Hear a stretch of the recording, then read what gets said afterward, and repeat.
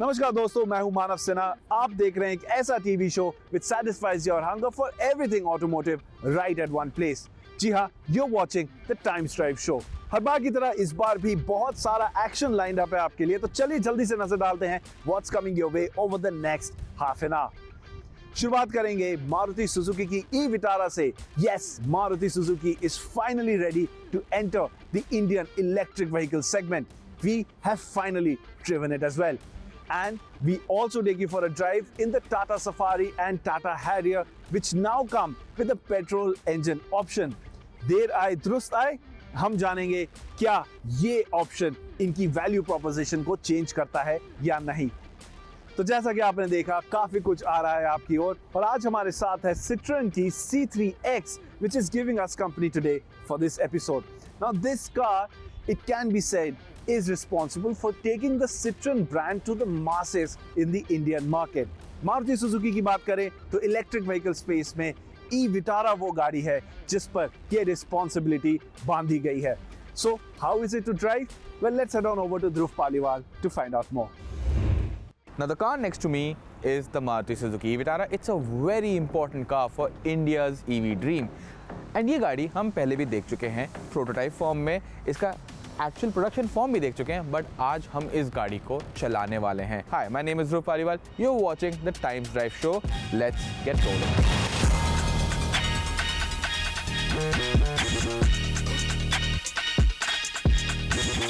Now let's start with the design of the Maruti Suzuki e-Vitara. जहाँ मारुति की बात करते हैं और डिजाइन की बात करते हैं, they play it safe. But with the e-Vitara, they've tried something a little bit different. First look में मैं यहाँ पे ये कहूँगा कि ये गाड़ी काफ़ी एंगुलर है। अब इससे क्या कहूँगा, इन्होंने लाइंस का जो है बहुत यूज़ किया है। आप इतने से सेक्शन में देखिए, 3 डिफरेंट शार्प लाइंस आपको यहाँ देखने को मिलेगी। मैं यहाँ फ्रंट की तरफ भी अगर आता हूँ तो यहाँ पे फ्रंट एरिया में भी this front entire area has this nice line flowing through it. I think this also helps give it that look of being a little bit of a macho SUV.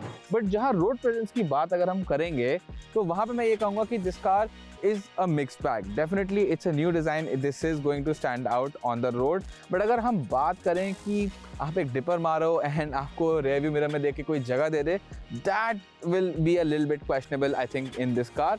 With that चलते हैं side में, देखते हैं वहाँ पे क्या चीज़ें हैं देखने लायक। अब फर्स्ट ऑफ ऑल मेरी पहली नज़र पड़ती है यहाँ पे गाड़ी के व्हील्स पे। That's the first thing I look at any car on the side. अब यहाँ पे मैं साइज़ की बात करूँ तो this is a 225 section tyre, it's got a 55 profile और 18 इंच का व्हील है।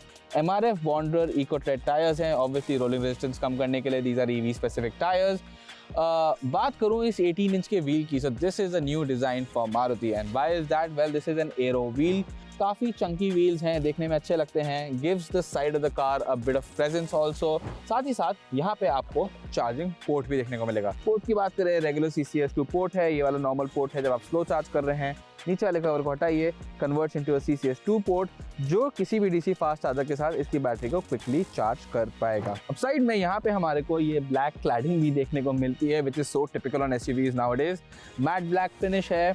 पीछे की तरफ आते हैं, काफ़ी और चौड़ी हो जाती है, gives it a rugged look, and जो रूफ लाइन है वो भी पीछे की तरफ स्लाइटली स्लोपिंग है। With that let's come to the rear end see यहाँ पे ई-विटारा देखने में कैसी है। तो यहाँ पे अगर हम बात करें तो थिंग्स आर एक्चुअली सिंपल। जो रूफ का स्लोपिंग लुक है वो काफ़ी प्रोनाउंस्ड है यहाँ पे। जो रियर विंडशील्ड है काफ़ी रेक्ड है यहाँ पे। लाइट्स की भी यहाँ पे बात करते हैं तो जैसे हमने फ्रंट में देखा था ट्रिपल LED एलिमेंट्स थे, यहाँ भी वो देखने को मिलते हैं। ये 3 LED एलिमेंट्स जो ब्रेक लाइट की तरह चलते हैं।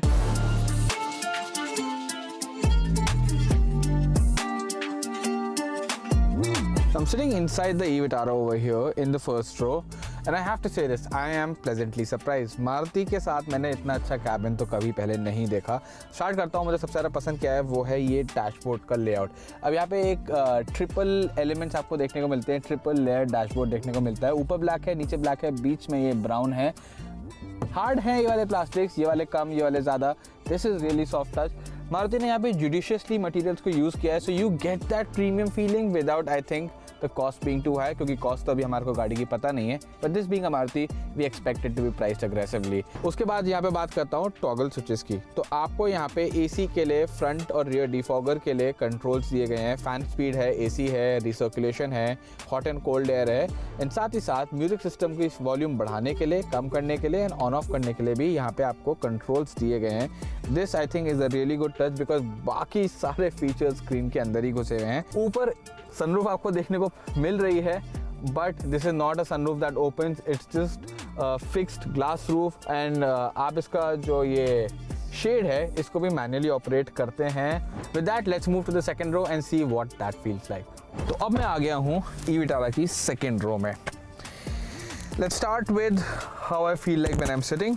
अगेन सीट्स अच्छी हैं जैसी आगे थी, बट यहाँ पर जो ग्राउंड है वो काफ़ी ऊपर फील हो रहा है and that is obviously because of the battery pack. अब नी रूम की बात करूँ, बहुत सारा है, कोई दिक्कत नहीं है। आगे वाली सीट मेरी ड्राइविंग पोजीशन के हिसाब से सेट है। मेरी height for reference is about 5'8". मेरे फीट आराम से टक इन हो जा रहे हैं सीट के नीचे, but what I am facing a bit of a problem here is with the under thigh support. Headroom की बात करते हैं, toilet passengers will probably find there to be an issue with their head kind of bumping into the roof over here. अब passenger comfort के लिए यहाँ पे मारुति ने एक और फीचर दिया है जो काफ़ी इंपॉर्टेंट है, स्लाइड और रिक्लाइन। ये जो सीट्स हैं दीज कैन स्लाइड, तो ये इतनी आगे तक जा सकती है, इतना स्लाइड हो सकती है, एंड साथ ही साथ यहाँ पे एक लीवर पुल करके these can recline as well. तो मैं यहाँ पे सेट कर सकता हूँ, यहाँ पे सेट कर सकता हूँ, या अपनी पूरी पीछे वाली पोजीशन पे सेट कर सकता हूँ। So definitely that level of adjustability is there.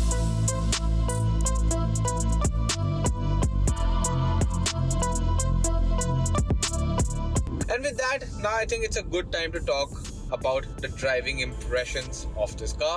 अब जब मुझे पता चला था कि मैं ई-विटारा की ड्राइव पे आने वाला हूँ, the one thing that did not impress me about this car was the spec sheet. Now this motor makes about 192 Newton meters of torque and 174 PS of power, and it didn't really leave me impressed. After all, it's an electric SUV. This thing is going to be heavy. So 192 Newton meters of torque, would it be enough? And I think this question was answered in the morning itself when I was driving during the fog. And वहाँ पे क्या हो रहा था कि मेरे को तो याद भी नहीं था कि मैंने गाड़ी स्पोर्ट मोड में डाली है, गाड़ी नॉर्मल में चल रही थी। And to be honest, getting out of the city, getting onto the highway and having to make overtakes between cars and buses, it felt enough. I'm not gonna go and say here कि गाड़ी बहुत ही sporty feel हो रही थी और तब आती sir पीछे जा रहा था, क्योंकि ऐसा नहीं था। इनफैक्ट स्पोर्ट मोड में भी ऐसा नहीं होता है, बट इट नेवर फेल्ट, कमी नहीं महसूस हुई यहाँ पे हमारे को किसी भी तरीके के पावर के देखने के लिए। सो while spec sheet might say one thing, I think in the real world the driving experience does say that the motor packs in enough juice to be able to supplement your driving experience properly and you will not feel wanting for more. So overall I think electric motor की बात करूँ, throttle response की यहाँ पे मैं बात करूँ, तो ये सारी चीज़ों के मामले में मारुति सुजुकी ने यहाँ पे खास ध्यान दिया है। They've tuned it well, and I think that is a big reason why I feel that this is such an effortless car to drive. अब इस रिव्यू को भी सम अप कर देते हैं। हमें इस गाड़ी के बारे में काफ़ी सारी चीज़ें भी नहीं पता हैं, जैसे कि इसका प्राइस, बट मैं यहाँ पे ये ज़रूर कहूँगा कि design wise it is definitely a step up from other Maruti Suzukis. Features wise it offers a lot, things could have been slightly better, and चलाने के मामले में गाड़ी का एक्सपीरियंस काफ़ी अच्छा है। तो जैसा कि आपने देखा, ये थी मारुति सुजुकी की ई-विटारा।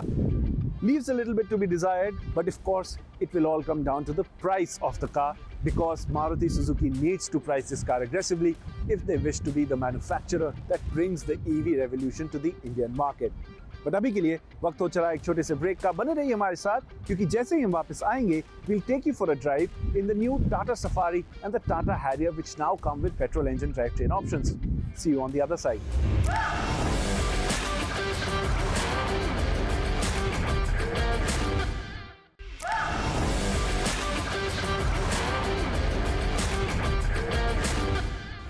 वेलकम बैक, मैं हूं मानव सिन्हा, आप देख रहे हैं द टाइम्स ड्राइव शो, और आज हमारे साथ है सिट्रोन की C3X।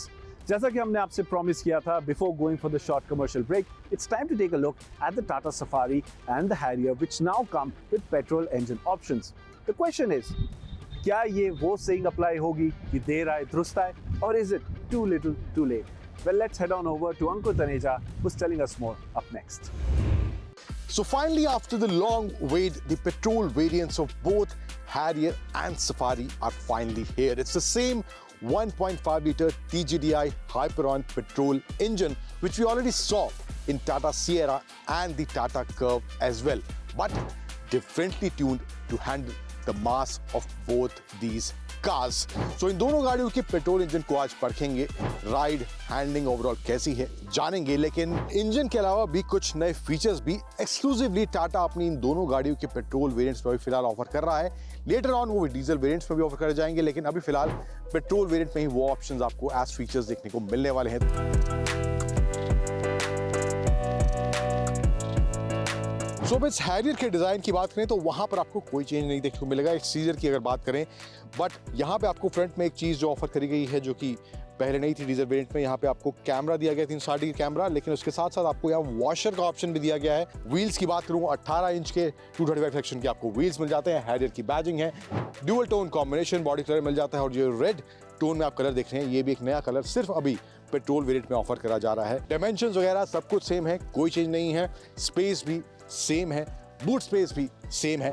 चेंज क्या है, अंदर कुछ फीचर्स हैं, क्या हैं उनको देखते हैं।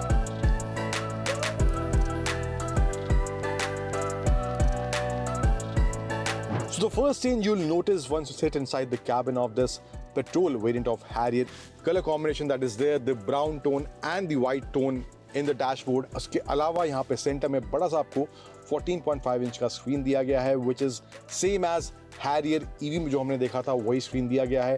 तो वैसा ही क्लियर क्रिस्प डिस्प्ले है एंड रिस्पॉन्सिव भी है, तो ये भी आपको एक नया एडिशन यहाँ पे देखने को मिलेगा, ये बड़ा स्क्रीन जो दिया गया है। इसके अलावा यहाँ पे एक और एडिशन जो हुआ है वो है इसके ये रियर व्यू मिरर में यहाँ पे आपको कैमरा वाला ऑप्शन भी दिया गया है, which is there in the shark fin antenna. तो आपको कैमरा का व्यू मिलता है, उसके साथ साथ आपको नॉर्मल मिरर वाला व्यू भी इसमें देखने को मिलेगा, एंड इसमें आपको रिकॉर्डिंग वाला ऑप्शन भी मिलता है। सामने भी इसके एक कैमरा दिया गया है, तो आप इसको एज अ डैश कैम भी यूज कर सकते हैं रिकॉर्डिंग के लिए। एक चीज जो इसमें ऐड करी गई है, मेमोरी सेटिंग है सीट के लिए, लेकिन उसके साथ साथ आपको जो ORVMs है उनकी मेमोरी सेटिंग के ऑप्शन भी सीट की सेटिंग के साथ कोऑर्डिनेट करके इसमें दिया गया है। अर्गोनॉमिकली अगर बात करूं, कुछ चीजें अभी भी जो मुझे सही नहीं लगती हैं। Steering I don't like it because the control जिस तरह से हैं, टर्न करते वक्त यहाँ पर इन पे हाथ लग जाता है। देन यहाँ पे जो वायरलेस चार्जिंग का स्लॉट है, इसकी एक्सेसिबिलिटी का भी इशू रहता है, तो ये भी एक अर्गोनॉमिकली मुझे लगता है थोड़ी सी दिक्कत यहाँ पे पहले भी थी और अब भी है, कोई चेंज यहाँ पर नहीं किया गया है।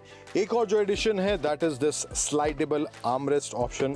जो साउंड सिस्टम हमने हैरियर EV में देखा था वो अब इसके इस पेट्रोल वेरिएंट में भी ऑफर कर जा रहा है। JBL मोड्स वगैरह के ऑप्शन यहाँ पे आपको इसमें दिए गए हैं।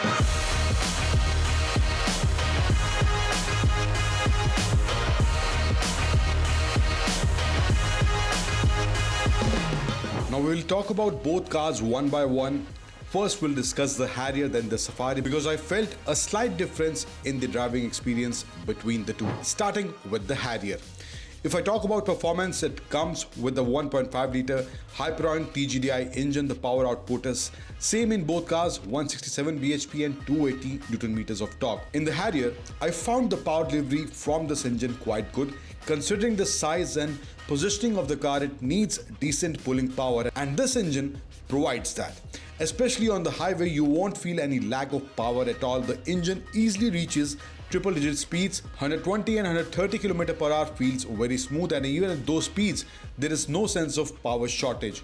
The torque delivery isn't overly peppy, but it's good. You get a decent initial torque, but the mid-range is particularly strong in this new 1.5 litre Hyperon TGDI engine. Overall, in my opinion, the new Tata Harrier with the new petrol engine is a good package.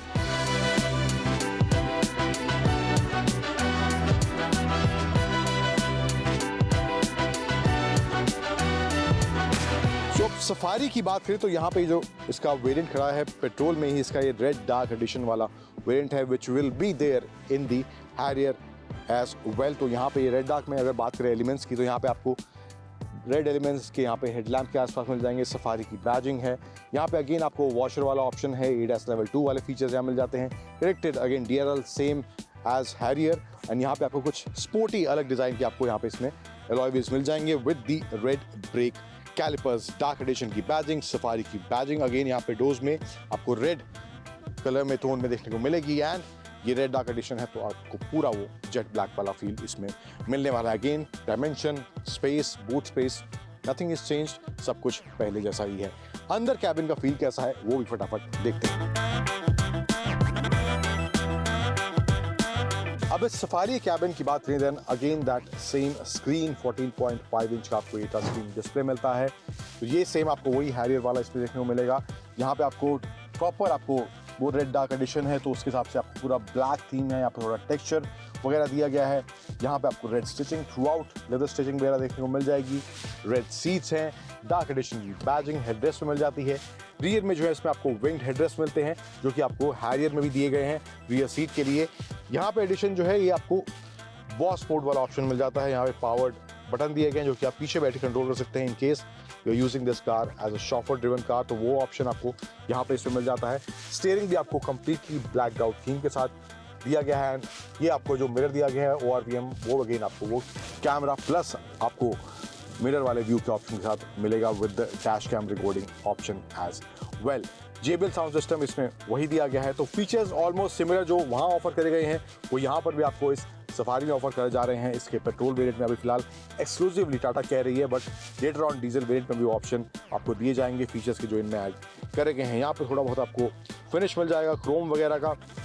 ये overall कुछ feel है इसके cabin का। या addition जो यहाँ पर इसमें वो हैं अगेन स्लाइडेबल आर्मरेस्ट, यहाँ पर भी आपको इसमें दिया गया है with the red stitching and all. And doors में भी आपको ब्लैक एंड रेड थोड़ा बहुत कॉम्बिनेशन आपको देखने को मिल जाएगा। तो ये कुछ मोटे मोटे चेंजेस यहाँ पर इन टर्म्स ऑफ कैबिन इस सफारी के अंदर आपको देखने को मिलने वाले हैं इसके petrol variant.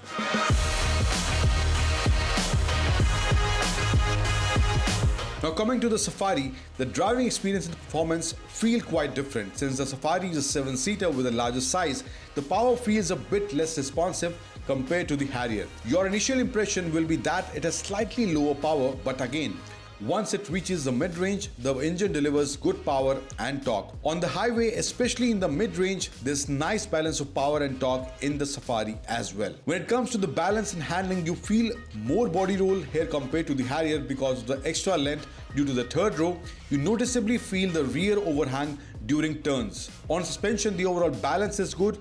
I felt slightly better comfort in the Safari, maybe for some reason, but in the city, it still feels a bit stiff. Seat comfort is again good in Safari as well. First and second rows are comfortable, while the third row naturally has some space compromise, but the cushioning in the seats is good in both cars. Overall, as a package, this 1.5-litre TGDI engine feels quite refined. In terms of overall performance, with this engine, the Harrier feels better. In the Safari, you'll have to compromise a little, but the engine's performance, power delivery, and the torque balance in the city and highway is good overall. And with that, we've come to the end of this edition of the Times Drive Show. उम्मीद है आपको ये episode पसंद आया होगा। अगर कुछ कहना चाहते हैं, कुछ बताना चाहते हैं या हमारी टीम के साथ जुड़ना चाहते हैं तो टाइम्स ड्राइव के सोशल मीडिया हैंडल्स पर हमारे साथ जरूर जुड़ें। And if you're planning to buy a new car or a new two-wheeler, make sure you visit timesdrive.in to find all the necessary information to make an informed purchase. With that, my time with you comes to an end for this week. But इसी के साथ हम विदा लेते हैं 2025 से भी। उम्मीद है आप ये फेस्टिव सीजन एंजॉय कर रहे हैं और टाइम्स ड्राइव की पूरी टीम की ओर से a very happy new year. Well, it's that time of the year once again. It's time to have fun. But it's also time to talk about the biggest danger on the road. People who are driving while drunk. हर साल हम इस बारे में बात करते हैं, but it never seems to be enough. So this year, again, a request from everyone here at Times Drive: do not drink and drive. Be responsible. Someone is waiting for you and for others on the road at their homes. Please be responsible. Don't drink and drive. Be safe and break the habit.